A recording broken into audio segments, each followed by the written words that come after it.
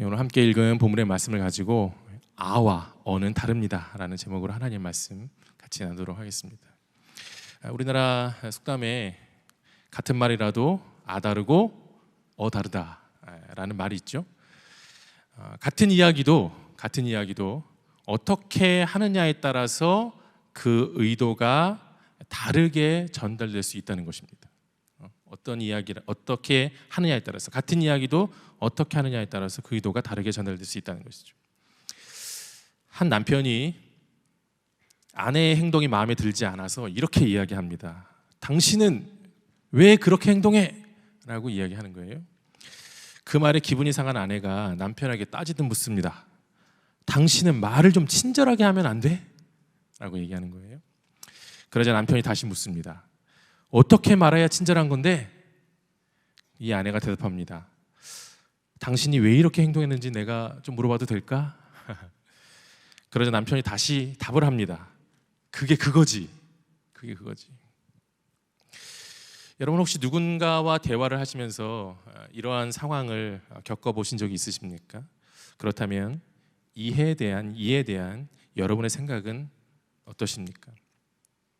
아 다르고 어 다른 걸까요? 아니면 그게 그거인 걸까요? 만약에 저에게 물으신다면 저는 전자가 맞다고 생각합니다. 아하고 어는 분명히 다른 것입니다. 오늘 본문에도 보면 아와 어의 그 다름이 분명한 하나님의 말씀이 선포되고 있습니다. 1절 말씀을 다시 한번 같이 읽어보겠습니다. 1절 말씀입니다. 읽겠습니다. 시작. 이스라엘 자손들아 여호와의 말씀을 들으라. 여호와께서 이 땅 주민과 논쟁하시나니 이 땅에는 진실도 없고 인애도 없고 하나님을 아는 지식도 없고. 말씀해 보니까 하나님께서 호세아 선지자를 통해서 이스라엘을 질책하시는데 호세아서에 대해서 따로 말씀드리지는 않겠습니다. 왜냐하면 최근까지 호세아서를 계속해서 우리가 이제 큐티로 묵상을 했기 때문에 여러분 아마 호세아서에 대해서는 아마 잘 아실 거라고 생각을 합니다. 그래서 따로 막 배경에 대한 설명을 드리지 않겠습니다. 이 호세아 선지자를 통해서 이스라엘에게 질책하시는데 방금 읽은 말씀 마지막에 보면 이런 질책을 하시죠. 너희는 하나님을 아는 지식이 어떻다? 없다. 너희는 하나님을 아는 지식이 없다. 자 여러분, 지금부터 저는 이스라엘의 입장에서 이런 질책을 들은 그들의 속마음을 한번 대변해 보도록 하겠습니다. 이스라엘 입장이 되는 거예요. 우리가 이스라엘 백성이 되는 거예요. 우리가 하나님을 모른다고? 우리는 하나님께 선택받은 백성으로서 수십 년, 아니 수백 년을 하나님을 섬기며 살았는데 우리가 하나님을 모른다고? 이 무슨 말도 안 되는 소리야. 그렇습니다. 어쩌면 그들은 이러한 질책을 받아들일 수 없었을 거예요. 아니 오히려 선택받은 백성이라는 이 선민 사상의 자부심이 가득한 그들 입장에서는 그들의 자존심을 상하게 하는 매우 기분 나쁜 질책이었을지도 모릅니다. 그런데 호세아 선지자는 그런 그들에게 한수를 더 떠서 강하게 질책을 하죠. 우리 6절 상반절 말씀인데요. 같이 한번 읽겠습니다. 6절 상반절입니다. 시작. 내 백성이 지식이 없으므로 망하는도다. 여기서 말하는 지식은 누구에 대한 지식일까요? 하나님에 대한 지식이죠. 1절과 연결되는 말씀입니다. 이스라엘 백성이 망했다고 표현합니다. 그 이유는 지식이 없기 때문이죠. 무슨 지식? 하나님을 아는 지식입니다. 여러분 그럼 이에 이스라엘 백성들은 또 어떻게 반응했을까? 어떻게 생각했을까요? 아마 이랬을 거예요. 정말 참담하다. 너무나 참담하다. 하나님의 선택받은 백성이 하나님을 몰라 망한다니 언제까지 저 미치광이 선지자의 말을 우리가 듣고 있어야 하는 것인가? 하나님을 아는 지식이 없다는 말도 기분 나쁜 자존심 상하는 말이었는데 더 나아가 그것 때문에 망할 거야 라고 저주를 퍼붓고 있으니 이스라엘 백성 입장에서는 너무나 화가 나는 일이 아닐 수 없습니다. 그런데 여러분 이 대목에서 이스라엘이 아주 크게 착각한 것이 있습니다. 이것이 오늘의 설교 핵심입니다. 자, 저는 여러분과 오늘 이 이스라엘의 입장에서 오늘 본문을 생각하면서 이스라엘이 착각한 것을 통해 하나님께서 오늘 우리에게 주시는 신앙의 레슨을 여러분과 함께 나누기를 원합니다. 이스라엘의 착각을 통해서 배울 수 있는 신앙의 레슨, 그것은 무엇일까요? 그 첫 번째는 하나님에 대해 아는 것과 하나님을 아는 것은 다르다는 것입니다. 저를 따라하겠습니다. 하나님에 대해 아는 것과 하나님을 아는 것은 다르다. 여러분, 하나님에 대해서 아는 것과 하나님을 아는 것은 다른 것입니다. 목사님, 하나님에 대한 지식과 하나님을 아는 것, 하나님을 아는 지식이 다르다니요. 이게 무슨 말입니까? 그게 그거 아닙니까? 여러분은 어떻게 생각하십니까? 그게 그거라고 혹시 생각하십니까? 그렇지 않습니다. 제가 분명 서두에 말씀드렸죠. 아와 어는 다릅니다. 그래서인지 몰라도 오늘 본문 1절 중간에 보니까 이렇게 기록되어 있어요. 여호와께서 이 땅 주민과 뭐 하시나니? 논쟁하시는. 하나님은 아라고 계속 얘기하시는 거고, 이스라엘은 그게 그거죠, 아나오나, 논쟁한다는 표현이 재밌는 것 같아요. 이스라엘 백성들 계속 따졌을 것입니다. 하나님에 대한 지식과 하나님을 아는 지식이 거기서 거기 아닙니까? 그러나 하나님은 이해에 대해서 분명하게 다르다고 말씀하시죠. 뭐라고요? 너희는 하나님을 아는 지식이 뭐하다? 없도다. 하나님을 아는 지식이 없도다. 그렇습니다. 이스라엘은 자신들이 선택받은 백성으로서 하나님을 안다고 항변했을지 모르나, 하지만 그것은 이스라엘의 너무나 큰 착각이었어요. 하나님에 대해 아는 것과 하나님을 아는 것의 차이는 하늘과 땅 차이만큼 그 의미가 다르다는 것을 그들은 몰랐던 것입니다. 그럼 반대로 우리는 어떻게 해야 돼요? 그것이 다르다는 것을 분명히 기억해야겠죠. 제가 이런 비슷한 내용의 설교나 강의를 할 때 이해를 돕기 위해서 늘 드리는 예화가 있습니다. 여러분에게 다시 한번 말씀드려볼게요. 여러분, 제가요, 여러분 놀라실 수도 있는데요, 축구 선수 손흥민하고 친합니다. 안 놀라시네요. 여러분 어떻게 친해졌는지 아세요? 네이버 통해서 친해졌습니다. 네이버에 보면요, 오늘 손흥민이 어떻게 경기를 했는지, 또 어디서 자라서 어떻게 자랐고 어떻게 했는지 너무나 잘 나와 있습니다. 이런 걸 바로 그에 대해 안다라고 이야기하는 겁니다. 그에 대해 안다라고 얘기하는 거예요. 또 한 사람, 아주 친한 사람이 있습니다. 이 사람 이름이 유어진이거든요. 유어진이 누구냐면요, 저하고 한 집에서 한 입을 덮고 자는 제 아내입니다. 그래서 저는 이 유어진이라는 사람하고 아주 친합니다. 여러분, 이런 걸 그를 안다라고 얘기하는 겁니다. 그를 안다라고 얘기하는 거예요. 사랑하는 여러분, 절대 자신의 믿음을 착각해서는 안 됩니다. 하나님에 대해 아는 것과 하나님을 아는 것은 너무나 다릅니다. 하나님에 대해 아는 것은 하나님을 우리 머릿속에서만 가두어두고 우리 머릿속에서만 존재하는 것이지만, 하나님을 아는 것은 하나님께서 우리 삶의 곳곳에 존재하시며 동행하신다는 것입니다. 즉, 내 삶의 모든 순간을 통해서 하나님을 배우고 아는 것을 넘어서 그 하나님을 뭐 하는 거예요? 경험하는 거예요. 저는 손흥민을 한 번도 경험해 본 적이 없습니다. 그냥 그에 대해 아는 거예요.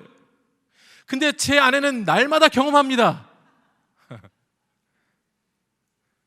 그거를 아는 것이라고 얘기하는 거예요. 하나님이 어떤 분인가에 대해서 배우는 것도 중요하죠. 그러나 우리의 믿음이 더욱 견고해지려면 그 하나님이 우리 삶에 살아 역사하심을 우리는 경험해야 한다는 것입니다. 하나님이 나를 사랑하신대 라고 말하는 것과 하나님이 나를 사랑하셔 라고 말하는 것은 분명히 다른 것입니다. 하나님이 세상을 창조하셨대 라고 말하는 것과 하나님이 세상을 창조하셨어 라고 말하는 것은 이미 그 전제가 너무나 다른 고백임을 우리는 알 수 있습니다. 그렇습니다. 아하고 어는 다릅니다. 동일하게 하나님에 대해 아는 것과 하나님을 아는 것은 다른 것입니다. 사랑하는 여러분, 하나님에 대해 아는 여러분이 아니라 하나님을 아는 여러분이 되실 수 있기를 주님의 이름으로 간절히 축원합니다. 여러분, 오늘 본문을 한번 보시기 바랍니다. 다시 보세요. 하나님을 알지 못하고 하나님에 대해 알기만 하는 이스라엘 백성들의 삶이 어떠한지를 설명해 주고 있어요. 1절 말씀 하반절 다시 한번 읽어볼게요. 1절 말씀 하반절입니다. 읽겠습니다. 시작. 이 땅에는 진실도 없고 인애도 없고 하나님을 아는 지식도 없고. 진실도 없고 또 무엇도 없다고요? 인애도 없다고 말씀하셨죠. 진실은 이 히브리어로 에메트라는 단어를 사용하는데 성실하다, 정직하다라는 뜻을 가지고 있습니다. 즉 진실이 없다는 것은 자신의 삶의 성실함도 정직함도 지금 잃어버린 상태를 얘기하는 거예요. 이어서 성경은 인애도 없다고 얘기합니다. 인애는 히브리어로 헤세드인데 자비함, 친절함이라는 뜻을 가지고 있어요. 즉 인애가 없다는 것은 타인에 대한 자비, 배려, 친절 이런 것이 그들의 삶 가운데 없었다라는 거죠. 종합해 보면 각각 다른 것을 말씀하시는 것 같지만 결국 답은 하나입니다.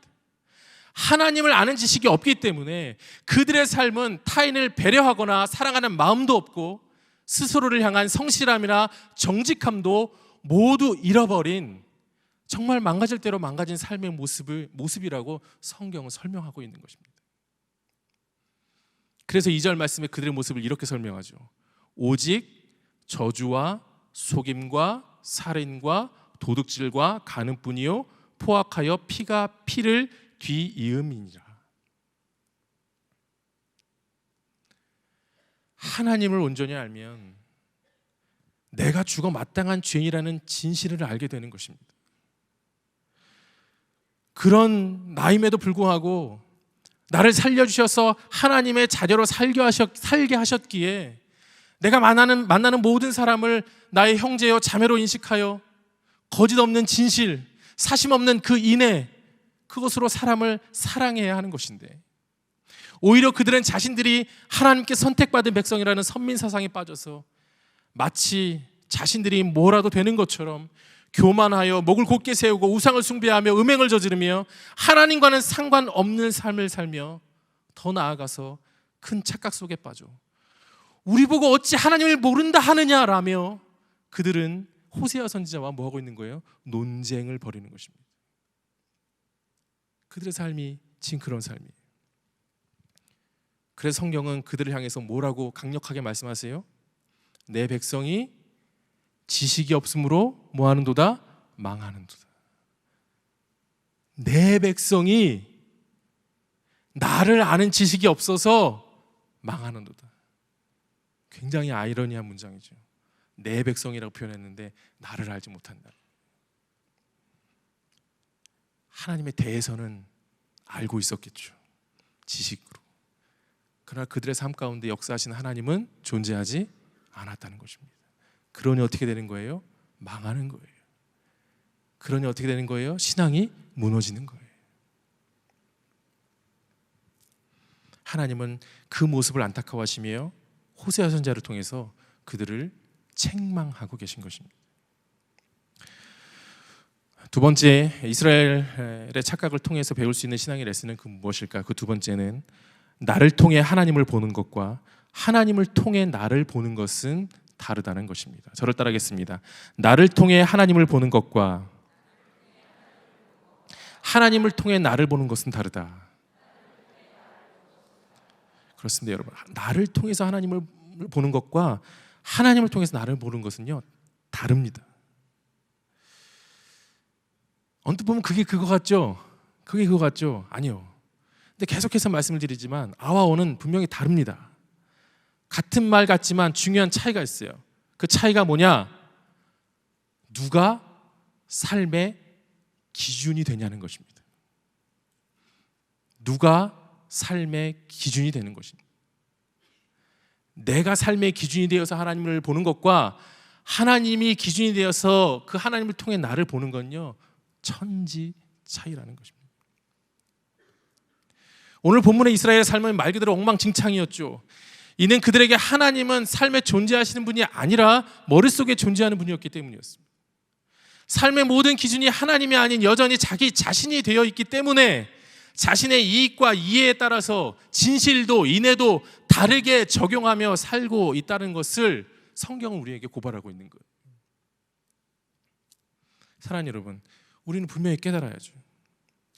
믿는 자라고 말은 하는데 여전히 삶의 기준이 자기 자신이라는 것, 그것은 곧 하나님을 자기 기준 안에 가두고 살고 있다라는 것입니다. 다시 말씀드립니다. 믿는 자라고 말은 하는데 여전히 삶의 기준이 자기 자신이라는 것은 곧 하나님을 자기 기준 안에 가두고 살고 있다는 것. 하나님을 내 기준, 내 생각, 내 환경 안에만 가두고 그렇게 살아가고 있다는 거예요. 진짜 같지만 가짜 신앙인 것입니다. 이는 아무리 하나님이라 할지라도 내가 안 되면 하나님도 안 된다는 삶의 태도입니다. 하나님을 딱 내 수준으로 생각하는 것이고 하나님을 내 시각의 한계 안에서 인식하고 생각하는 것이죠. 이스라엘 백성들은요, 오늘 본문에서도 그랬지만 정말 이 성경을 읽다 보면 그 시대마다 이런 모습들로 살아갔음을 계속해서 우리는 발견할 수 있어요. 이를 잘 보여주는 성경의 사건들이 있는데, 먼저 우리 열왕기하 7장 1, 2절 말씀을 같이 한번 읽어보겠습니다. 열왕기하 7장 1절에서 2절 말씀입니다. 하시겠습니다. 시작. 엘리사가 이르되 여호와의 말씀을 들을지어다. 여호와께서 이르시되 내일 이맘때에 사마리아 성문에서 고운 밀가루 한 스아를 한 세겔로 매매하고 보리 두 스아를 한 세겔로 매매하리라 하셨느니라. 그때에 왕이 그의 손에 의지하는 자 곧 한 장관이 하나님의 사람에게 대답하여 이르되 여호와께서 하늘에 창을 내신들 어찌 이런 일이 있으리요 하더라.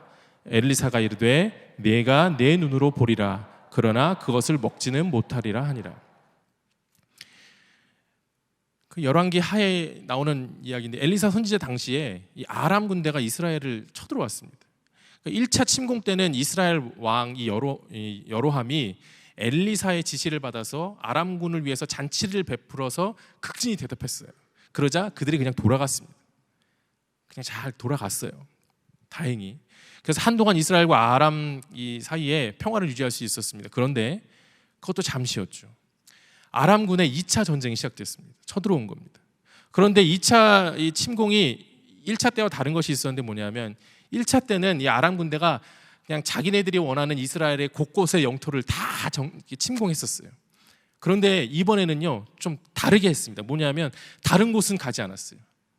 오직 한 군데, 사마리아만 포기한 거예요. 그 주변을 포위한 거예요. 그러자 어떤 일이 벌어졌냐? 사마리아에 너무나 큰 생계의 어려움이 생겼습니다. 왜냐하면 외부에서 사마리아를 들어올 수도 없고 사마리아에서 외부로 나갈 수도 없는 상황인 거잖아요. 그러니까 그 사마리아 안에 있는 걸로만 그 사마리아에 있는 백성들이 뭘 해야 되는 거예요? 생계를 유지해 나가야 되는 것이죠. 성이 포위되자 곡식값이 천정부지로 치솟았습니다. 그래서 끔찍한 기근이 시작됐죠. 이에 여로보암 왕이 엘리사에게 사마리아를 구원하여 줄 것을 하나님께 간구하도록 요청했습니다. 이에 엘리사가 이스라엘에 닥친 위기를 해결할 방법을 제시하면서 이렇게 얘기합니다. 1절 말씀해 보니까요, 엘리사가 이르되 여호와의 말씀을 들을지어다. 왕에게 와서 가장 먼저 한 얘기가 여호와의 말씀을 들어보십시오라고 먼저 얘기합니다. 그러니까 엘리사는 그 시작을 하나님의 말씀을 들으라는 것이죠. 그러면서 이제 해결책을 제시하는데 그런데 이때 사건이 발생합니다. 뭐냐면 한 장관이 엘리사의 이야기를 다 듣고 이렇게 이야기한 거예요. 2절 말씀인데요. 같이 한번 읽어보겠습니다. 2절 말씀입니다. 읽겠습니다. 시작. 그때에 왕이 그 손에 의지하는 자 곧 한 장관이 하나님의 사람에게 대답하여 이르되 여호와께서 하늘의 창을 내신들 어찌 이런 일이 있으리요 하더라. 여호와께서 하늘의 창을 내신들 어찌 이런 일이 있으리요. 여러분, 이 장관의 한마디는요, 생각하면 생각할수록 묵상하면 묵상할수록 너무 충격적입니다. 왜 그런 절박한 자리에서 이런 말을 했을까? 그렇죠? 왕이 얼마나 정박했으면 엘리사 선지자를 초청해서 이 사마리아를 위해서 기도해 주십시오 라고 이렇게 부탁을 하는 그 자리에 엘리사 선지자가 와가지고 하나님 말씀을 들으십시오 라고 하면서 해결책을 제시했는데 갑자기 옆에 있던 장관이 뭐라고 얘기하는 거예요? 아유, 엘리사 선지자 양반, 하나님이 하늘에 창을 내신들 어떻게 그게 해결이 됩니까? 라고 얘기한 거예요. 분명 이스라엘의 장관이니 하나님을 모르는 자가 아니었을 텐데 말이죠. 근데 다만 그는 현실주의였던 것 같아요. 그러니까 나라를 걱정하는 마음은 동일했는데 현실주의이다 보니까, 그러니까 이 엘리사 선지자가 뭘 얘기했냐면, 내가 이제 기도를 하면 하나님께 간청을 하면 단 하루 만에 모든 곡식의 가격이 예전처럼 돌아올 것이다라고 그렇게 선포를 했거든요. 그러니까 현실주의자였던 이 장관이 단 하루 만에 예전 가격을 회복시킨다는 엘리사의 말을 듣고 현실적이지 않다고 뭐 한 거예요? 판단한 거죠. 그러니까 그렇게 대답을 한 겁니다. 그런데 문제는 뭐예요? 그 말씀이 하나님의 말씀이었다는 것입니다. 하나님의 말씀이었던 것이죠. 저는 설교를 준비하면서 오래전 설교 시간에 들었던 이야기가 하나 생각이 났습니다. 여러분 아마 다 아실 거예요. 한 집사님이 가뭄이 길어져 비가 오게 해달라는 기도회에 참석했습니다. 기도회를 마치고 밖으로 나왔는데 다른 모든 교인들은 선글라스를 끼고 있었고 한 어린아이만 우산을 들고 있었다고 합니다. 여러분, 아주 짧은 이야기지만 굉장히 큰 메시지가 이 안에 담겨 있죠. 그렇습니다. 가뭄이 멈추고 비가 오게 해달라는 기도회를 갈 때는 어떻게 가야 돼요? 우산을 가지고 가야죠. 우산을 가지고 가야죠. 그게 믿음인 거예요. 그런데 여전히 우리는 뭘 하고 가요? 선글라스를 끼고 간다는 거죠. 이게 현실이에요. 비가 오기를 기도하지만 지금 당장은 어려울 것이라고 생각한다는 것이죠. 하나님께서 먹을 것을 주시기를 기도하지만 바로 당장은 어려울 거라고 생각한다는 것입니다. 이런 판단을 하는 이유는 간단합니다. 하나님의 능력, 그 말씀의 능력을 내 수준 안에 가두고 있기 때문입니다. 하나님에 대해서는 알지만 하나님을 알지는 못하기 때문이라는 것입니다. 이런 사람에게 하나님은 자기 크기만 한 거예요. 하나님이 어떤 존재인지 그 크기를 가늠할 수 없기 때문에 자신의 시각의 한계 안에서 그 하나님을 인식하며 살아가고 있는 것입니다. 다시 말해, 내가 이해되지 않으면 하나님은 못하시는 겁니다. 아니, 때로는 내가 이해되지 않기 때문에 하나님은 하시면 안 되는 거예요.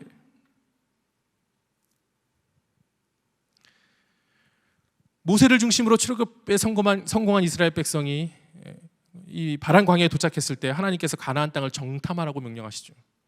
이에 각 지파별로 선별될 12명의 정탐꾼들이 40일 동안 가나안 지역을 정탐하고 돌아와서 보고를 합니다. 여호수아 갈렙은 이렇게 보고하죠. 여호와께서 우리와 함께 하시기에 우리는 뭐 할 수 있다? 승리할 수 있다. 반면에 남은 10명은 이렇게 보고합니다. 너무나 유명한 한마디죠. 그들에 비하면 우리는 뭐와 같다? 메뚜기와 같습니다. 우리는 결코 이길 수 없습니다. 그래서 어떻게 됐습니까? 결국 여호수아와 갈렙만이 가나안 땅에 들어가고 남은 10명은 들어가지 못했습니다. 예수님께서 제자들에게 자신이 십자가 순환을 당할 것이라고 말씀하셨죠. 그러자 베드로가 항변을 하며 이야기합니다. 주여, 그리 마옵소서. 이 일이 결코 죽게 미치지 아니하리이다. 그러자 어떻게 됐습니까? 베드로의 이 한마디로 인해 스승인 예수님으로부터 무슨 이야기를 들어요? 사탄아, 내 뒤로 물러가라. 책망받죠. 엄청난 수모죠, 베드로 입장에서는. 근데 책망으로 끝나니 얼마나 다행인지 모르겠습니다. 결국 예수님께서 십자가에 달려 돌아가시자 어떻게 해요? 나는 다시 옛날로 돌아갈 거야, 고기 잡으러 간다 하며 실패자의 모습으로 자신의 고향으로 돌아갔죠. 사랑하는 여러분, 하나님이 먹이시겠다고 했는데 절대 할 수 없다 했습니다. 하나님이 승리케 하신다 했는데 우리는 이기지 못한다 했습니다. 예수님이 십자가에 달려야 한다 했는데 결코 그렇게 하시면 안 된다고 했습니다. 이는 자신의 이해, 자신의 상황, 또한 자신의 생각과 달랐기 때문에 그들은 하나님의 말씀임에도 불구하고 말씀 그대로를 받을 수 없었던 것이죠. 왜요? 그들의 크기로 하나님을 알고 있기 때문에. 그 결과 무엇이었습니까? 죽음이었고 절망이었고 책망이었다는 것이죠. 그러나 사랑하는 여러분, 아무리 그래도 하나님은 하나님이십니다. 아무리 그래도 하나님은 하나님이시기에 약속하신 말씀을 이루시는 분인 줄로 믿습니다. 즉 하나님은 우리 수준에 가둔다고 해서 하나님이 그 안에만 머무시는 분이 아니라는 것입니다. 우리의 반응과 상관없이 하나님은 그분의 일을 이루어 가시고 우리의 삶 가운데 함께 하시며 우리의 삶을 책임지시는 분인 줄로 믿습니다. 따라서 우리가 해야 할 일은 이제는 하나님을 내 수준으로 축소시키려는 그런 어리석은 시도를 하지 말아야 한다는 것이죠. 오히려 하나님의 크심을 향해서 우리는 조금씩 하나님께로 자라가야 하는 것입니다. 하늘의 창을 내신들이 아니라 주님께서 하늘의 창을 내어서라도라고 우리는 고백할 수 있어야 한다는 것입니다. 그래야 뭘 할 수 있어요? 하나님의 역사하심, 하나님의 일하심, 하나님의 그 기적 우리 삶 가운데 경험하게 되는 것이고, 그때 비로소 우리는 뭐라고 고백할 수 있게 되는 거예요? 내가 하나님을 압니다 라고 고백할 수 있게 된다는 것입니다. 이것이 믿는 자들의 올바른 신앙의 태도인 줄로 믿습니다. 이제 저와 여러분의 차례입니다. 마지막으로 여러분에게 묻겠습니다. 여러분의 믿음은 하나님에 대한 지식입니까? 하나님을 아는 지식입니까? 자신을 통해 하나님을 보고 있습니까? 하나님을 통해 자신을 보고 있습니까? 기도하겠습니다.